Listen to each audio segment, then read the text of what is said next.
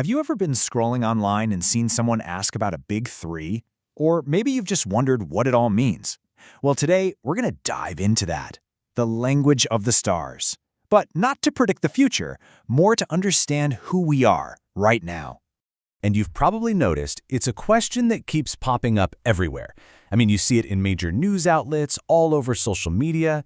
There's this real buzz, this curiosity about why an ancient practice is suddenly feeling so relevant. And it really is having a moment, isn't it? It's kind of this strange rebirth, as one paper called it. It's happening everywhere, from funny horoscope memes to these incredibly detailed apps on our phones. Astrology is just in the air, especially with younger folks. Okay, so let's get one thing straight right off the bat. Our goal here isn't to argue about whether astrology is, scientifically real. We're going to look at it more as a cultural tool. Think of it like a language of symbols people are using for a little self-reflection, especially when the world outside feels kind of chaotic. So let's start with the basics.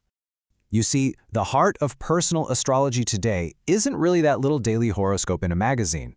It's something much, much more detailed and unique to you, your natal chart. And this is where the real language begins. So what is it exactly? Well, a natal chart, or a birth chart, is basically a snapshot. It's a map of exactly where all the planets were in the sky, from our view here on Earth at the very moment you were born. And get this, no two are ever exactly alike. That's why people often call it a celestial fingerprint. And to really understand this personal map, we've got to learn its three main components: the signs, the planets, and the houses. All right, let's dive in with a part you probably know the best: the 12 signs of the zodiac. A good way to think of the zodiac is like a giant 360-degree stage that the planets are always moving across. It's the backdrop for everything. Now, what's really interesting is how these signs are organized. Astrological tradition groups them into 4 elements, which were seen as like the building blocks of life itself. You've got your fiery signs: Aries, Leo, Sagittarius. They're all about action and energy. Then the earthy signs are grounded, the Aries signs are intellectual, and the watery signs are all about emotion. It's this grouping that gives each sign its fundamental vibe. But the zodiac wasn't always just about personality types. For centuries, it was tied into so many other fields. And here's where it gets really surprising. For a long time, it was a huge part of medicine. In this zodiac man, well, it shows you exactly what I mean. For centuries, this diagram was super common in medical books. The idea was that people were like a mini-universe, a microcosm, directly connected to the heavens. So each sign was believed to rule over a specific part of the body. And they got so specific with this system. For instance, Aries, the very first sign, was linked to the head.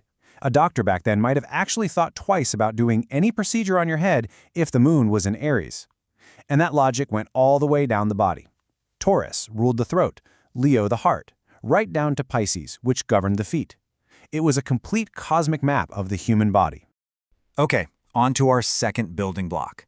So, if the zodiac signs are the stage, then the planets, well, they're the actors. They are the moving parts, the dynamic forces that travel across that stage, and each one represents a different core human energy. In astrology, these inner planets are all about the most personal parts of our psychology. The sun is your core identity. The moon is your feelings, your instincts. Mercury is how you think and talk. Venus is about love and what you find beautiful. And Mars, well, Mars is all about your drive and ambition. So here's the key. Each planet answers the question what. What core energy are we talking about? And the sign that planet is in describes the how, the style, the flavor of that energy. So if Mars is your drive, the sign it's in would describe how you go after things. Is it fiery and direct, or is it more cautious and steady? And that brings us to our third and final piece of the puzzle, the houses. If the planets are the actors and the signs of the roles they play, then the houses are the different movie sets, the specific areas of your life where all the action happens. This slide just puts it all together so perfectly. It's a simple little formula, right? A planet represents what energy is in play. The sign it's in tells you how that energy acts, and the house it falls into shows you where in your life that whole story is most likely to unfold. And these 12 houses, they cover pretty much every part of human experience you can think of. The first house, for example, is all about you, your identity, how you come across. The fourth is about your deep roots, your home and family. The 7th house deals with relationships and partnerships. And the 10th is all about your career and public life. It's really the whole circle of life. So when you put it all together, the planets in their signs, placed in the different houses, you get this really complex, layered picture. And it seems like its modern appeal is all about this shift, moving away from old-school fortune-telling and more towards having this rich, symbolic language for self-discovery. I think this quote really nails that modern feeling. It's reframing astrology. It's not a system of fate you can't escape, but more like a navigation system, a set of symbols that might just help us understand our own inner workings a little better. And that's really the big takeaway here. You know, whether you believe the stars have a direct influence or not, the natal chart can be this amazing framework of archetypes. The hero, the lover, the warrior. It just offers these metaphors that give you a totally new way to look at your own life story. Which kind of leaves us with one last thing to think about. In a world where we're all trying to find our story and make sense of things, maybe it's not so surprising that we're looking up at the sky for a different way to read the one that's written just for us.